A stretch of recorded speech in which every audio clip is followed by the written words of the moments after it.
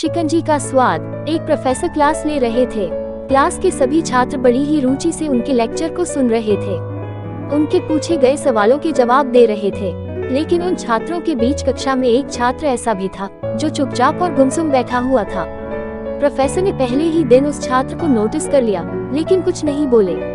लेकिन जब 4-5 दिन तक ऐसा ही चला, तो उन्होंने उस छात्र को क्लास के बाद अपने केबिन में बुलवाया और पूछा, तुम हर समय उदास रहते हो, क्लास में अकेले और चुपचाप बैठे रहते हो, लेक्चर पर भी ध्यान नहीं देते, क्या बात है, कुछ परेशानी है क्या? सर, वो छात्र कुछ हिचकिचाते हुए बोला, मेरे अतीत में कुछ ऐसा हुआ है जिसकी वजह से मैं परेशान रहता हूँ, समझ नहीं आता क्या करूँ।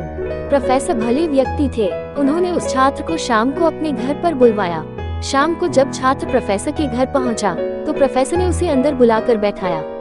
फिर स्वयं किचन में चले गए और शिकंजी बनाने लगे। उन्होंने जानबूझकर शिकंजी में ज्यादा नमक डाल दिया। फिर किचन से बाहर आकर शिकंजी का गिलास छात्र को देकर कहा, ये लो शिकंजी पियो।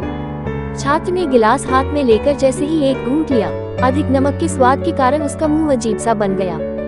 यह देख प्रोफेसर ने पूछा, क्या हुआ, शिकंजी पसंद नहीं आई? नहीं सर, ऐसी बात नहीं है, बस शिकंजी में नमक थोड़ा ज्यादा है।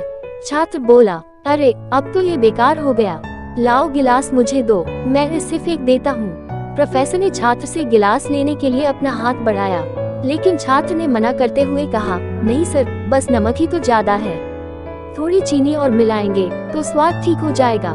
यह बात सुन प्रोफेसर गंभीर हो गए और बोले, सही कहा तुमने, अब इसे समझ भी जाओ, ये शिकंजी तुम्हारी जिंदगी है, इसमें घुला अधिक नमक तुम्हारे अतीत के बुरे अनुभव है।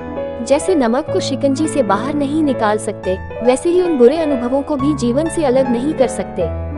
वे बुरे अनुभव भी जीवन का हिस्सा ही हैं, लेकिन जिस तरह हम चीनी घोलकर शिकंजी का स्वाद बदल सकते हैं, वैसे ही बुरे अनुभवों को भूलने के लिए जीवन में मिठास तो घोलनी पड़ेगी ना। इसलिए मैं चाहता हूँ कि तुम अब अपने जीवन में मिठास घोलो। प्रोफेसर की बात छात्र समझ गया और उसने निश्चय किया कि अब वह बीती बातों से परेशान नहीं होगा।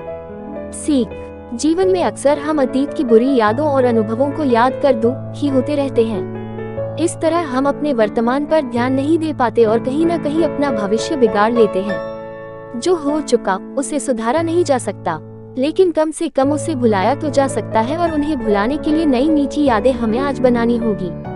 जीवन में मीठे और खुशनुमा लम्हों को लाइए, तभी तो जीवन में मिठास आएगी।